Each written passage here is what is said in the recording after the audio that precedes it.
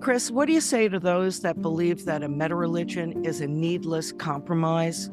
I'd say that it contains the core structure common to all rational, well-formed religions. That's precisely the structure on which no religion can afford to compromise at all.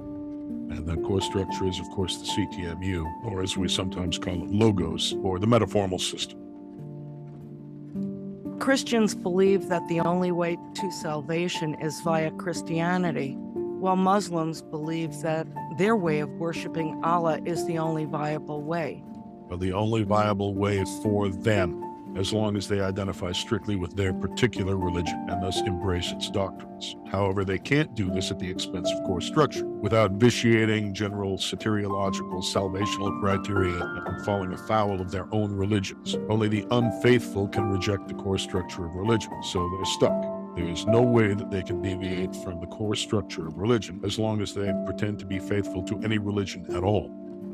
At the basis of it, though, it seems like our God, each of our God is the same one. What is preventing religious leaders from acknowledging this?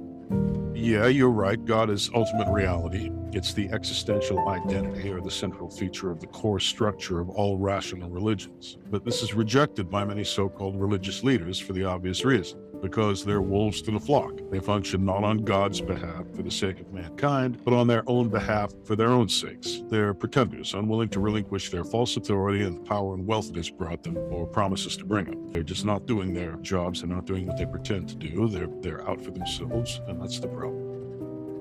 Yeah, they seem very jealous of their flocks. Well, yes, if you're a religious big deal, if you're the head of your own religion, or if you're a top cleric in your own religion, obviously you've got wealth and power, right? Even if you don't have personal wealth, like if you're a Catholic priest, for example, you're not really allowed to be rich. Nevertheless, you work for a very rich organization, the Catholic Church, and you can live in luxury, because at least I'm not saying that an ordinary parish priest can live like that, but certainly somebody in the Vatican. I'm not going to say that no pastor should be allowed to own a nice home and to have certain luxuries in his life. On the other hand, it's what he has given up to get that. If he's given up his soul, for example, then he shouldn't be a pastor anymore.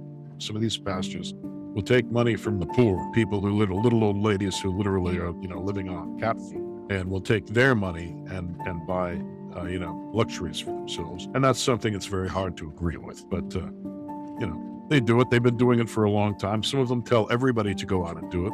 Some people actually believe them. But this is, I think, putting the wrong complexion on